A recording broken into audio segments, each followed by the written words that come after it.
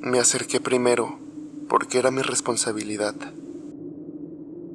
Aunque las piernas me pesaban como si caminaran por arena mojada, el olor a metal se intensificó, casi dulce, como sangre seca. Pegué el ojo a la ventanilla redonda de la puerta y lo que vi me dejó sin aliento. Cronistas, buenas noches. Sean bienvenidos al Expediente del Terror. Soy el archivista y hoy seré su anfitrión.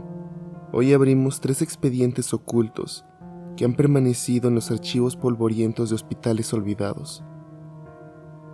En estos lugares donde el olor a desinfectante aún persiste en el aire y el pasado no descansa. La primera historia nos lleva a un hospital donde una luz solitaria sigue parpadeando, como si esperara a alguien que nunca llegará.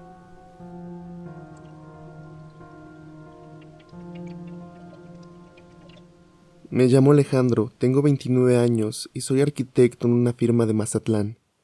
Si estoy contando esta hora, es porque después de años cargando con esto solo, siento que tengo que soltarlo, como si guardármelo más tiempo me estuviera comiendo por dentro. Mi terapeuta dice que hablar ayuda, aunque sigo pensando que nadie me va a creer, pero bueno, aquí va. El trabajo llegó en 2022, justo después de la pandemia, cuando todo el mundo quería reconstruir. Ganamos la licitación para inspeccionar el viejo Hospital del Carmen, cerrado desde el incendio del 95. Ese carnaval fue caótico, con fuegos artificiales por todos lados, y la versión oficial dice que un cortocircuito en el ala de cirugía causó el desastre. Murieron 17 personas, incluyendo personal médico. Mi padre era uno de ellos, enfermero de turno esa noche, y yo era un bebé, apenas 2 años, así que crecí con fotos suyas y las historias de mi mamá, que siempre cambiaba el tema cuando preguntaba detalles. Decía que fue un accidente, pero su mirada siempre había algo más, como un secreto que no quería revivir. Llegamos un martes soleado, yo como jefe de proyecto con Ricardo, un compañero de la uni que ahora trabajaba conmigo, y el ingeniero Torres, un señor de unos 60 que ha visto de todo en construcciones. Bajamos de la camioneta y el calor del Pacífico nos pegó fuerte. Pero adentro del edificio era otra cosa, un fresco húmedo, como si el mar hubiera filtrado salitre por las grietas. Olía a metal oxidado mezclado con ese aroma a medicina vieja que se te pega en la nariz. Ricardo bromeó. Este lugar. Parece que alguien olvidó apagar el aire acondicionado hace 30 años. Torres solo gruñó, revisando su equipo. Empezamos con lo básico. Mediciones en el lobby, fotos de las vigas corroídas. El piso crujía bajo nuestras botas, y de vez en cuando se oía un goteo lejano, como de una llave mal cerrada.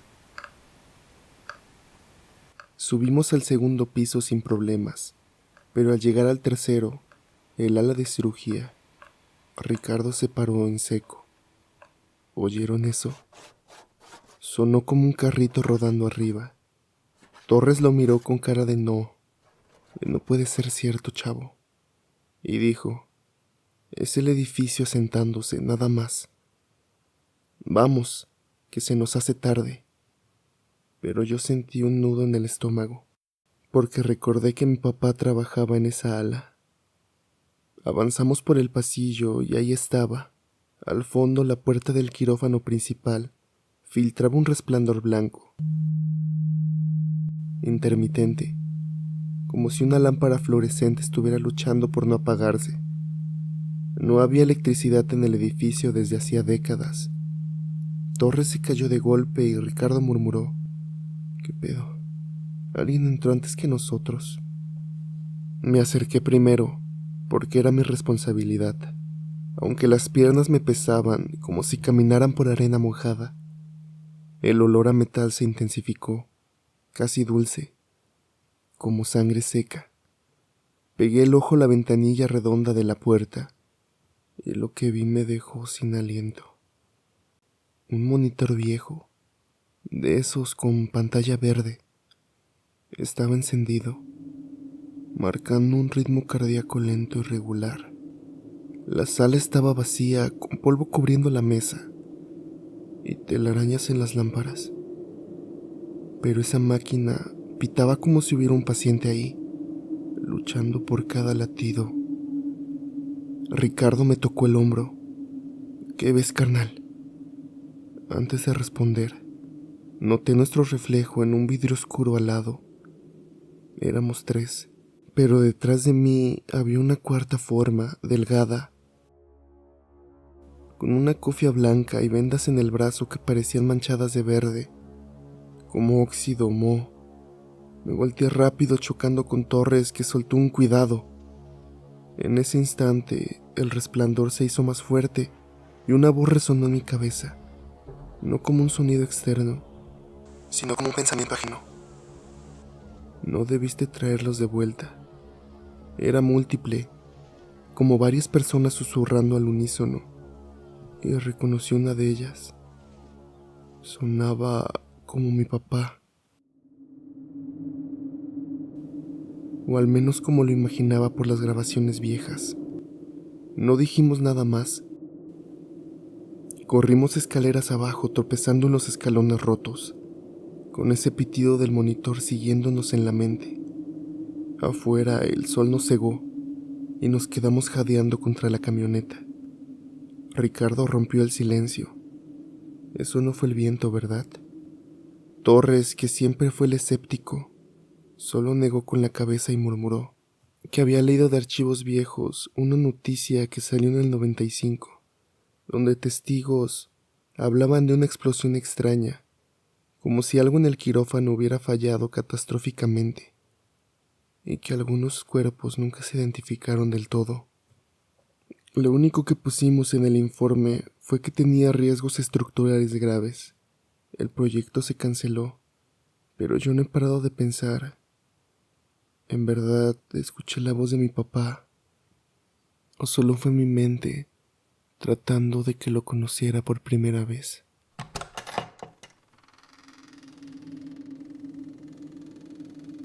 Soy Julián Ramírez, 54 años, policía municipal retirado de Morelia. Después de 30 años en el uniforme, uno ve de todo: borrachos, pleitos, hasta cosas que no se pueden explicar con un reporte.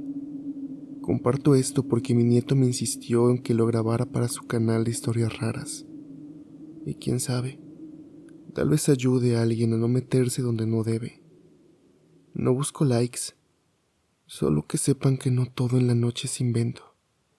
Era 2008 y el viejo hospital militar llevaba 23 años en ruinas desde el sismo del 85.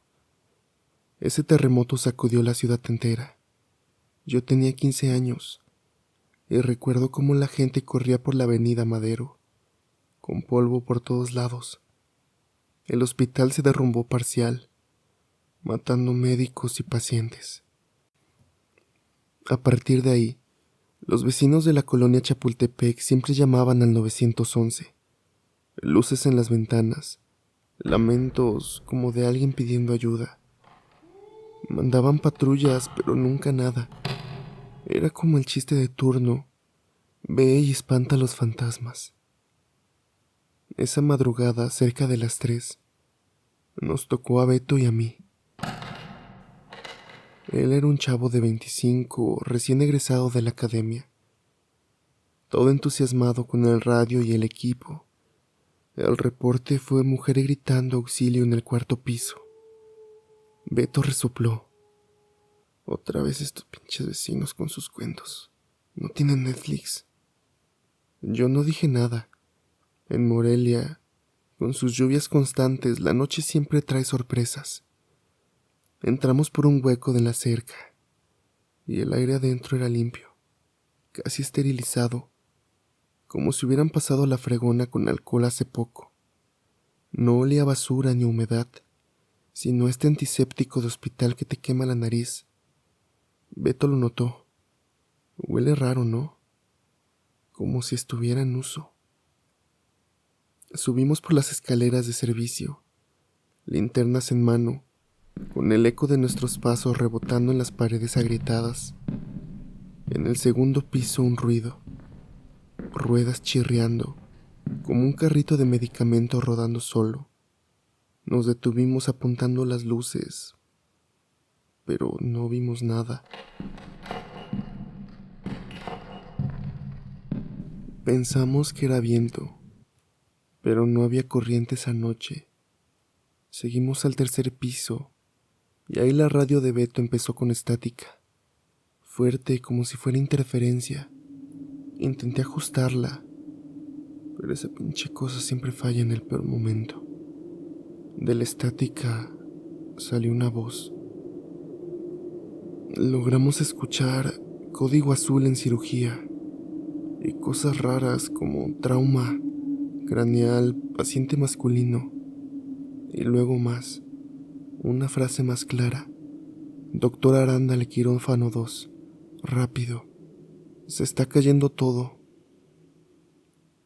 Era caos, voces superpuestas y un estruendo final como concreto rompiéndose. La radio se cayó sola. Beto estaba pálido con la mano temblando en el botón. ¿Qué fue eso, jefe? Sonaba como... Lo callé con un gesto, porque del fondo del pasillo vino un lamento. Una voz de mujer pidiendo ayuda. No era eco. Se sentía cerca, como si estuviera al otro lado de la pared. Me acordé que el doctor Aranda era el jefe de cirugía en el 85. Mi tío lo mencionaba en cenas familiares. Él sobrevivió al sismo, pero murió poco después de un infarto. Siempre se culpaba por no haber salvado a más. ¿Coincidencia? No lo sé. Beto y yo nos miramos y sin decirlo bajamos rápido, con el corazón latiendo en los oídos como un tambor. Afuera la patrulla se sentía fría. Estaba lloviendo muchísimo y fue algo extraño porque no nos habíamos dado cuenta de eso. En el reporte pusimos falsa alarma como siempre. Me pregunto si alguien más habrá pasado por esto. Alguien que haya tenido que fingir que todo era algo de su imaginación, como Beto o como yo. Incluso yo seguiría pensando eso, pero ese día no estuve solo. Sé que no estoy loco, pero sí fue algo que todavía no logro entender por completo.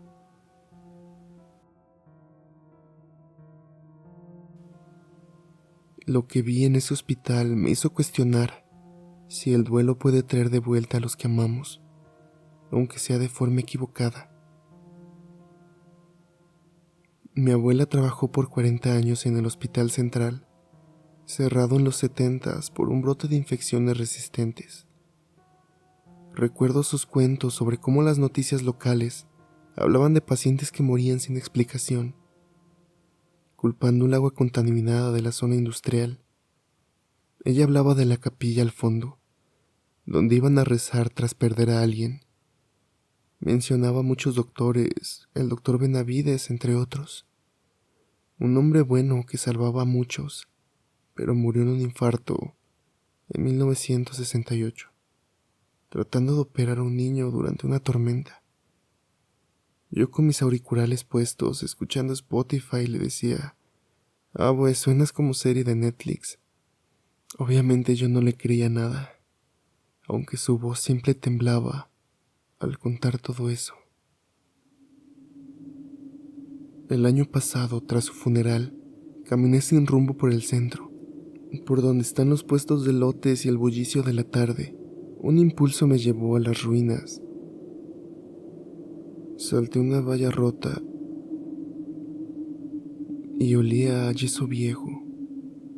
Recordé las direcciones de mi abuela, al final del pasillo de emergencias, dentro de las enredaderas, y ahí la encontré, una puerta de madera entreabierta, bancas rotas y altar polvoroso, un rosario de cuentas negras idéntico al que ella llevaba siempre.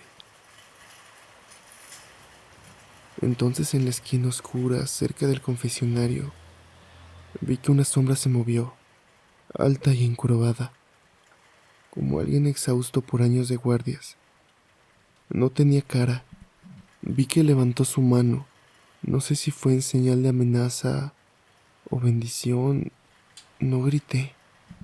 Sentí melancolía profunda, como si esa forma cargara el duelo de todo el hospital, incluyendo el de mi abuela por sus pacientes perdidos. Justo ahí un toque de campana resonó, claro y solitario. Eso era imposible, esa torre estaba destruida desde los años 70. Y salí corriendo, me llevé el rosario, pensando que era el de mi abuela. En casa de mi tía le conté, y ella sacó fotos antiguas. Ahí estaban todos. El doctor Benavides, encorvado por una lesión vieja en la espalda, y también mi abuela. Mi tía me contó que siempre hablaba bien de ese doctor, que siempre cuidaba a todos. No he vuelto, pero en noches silenciosas, cuando extraño a mi abuela, puedo oír un eco metálico lejano, como una campana llamándome a rezar. Y me pregunto si es mi abuela diciendo que me ama.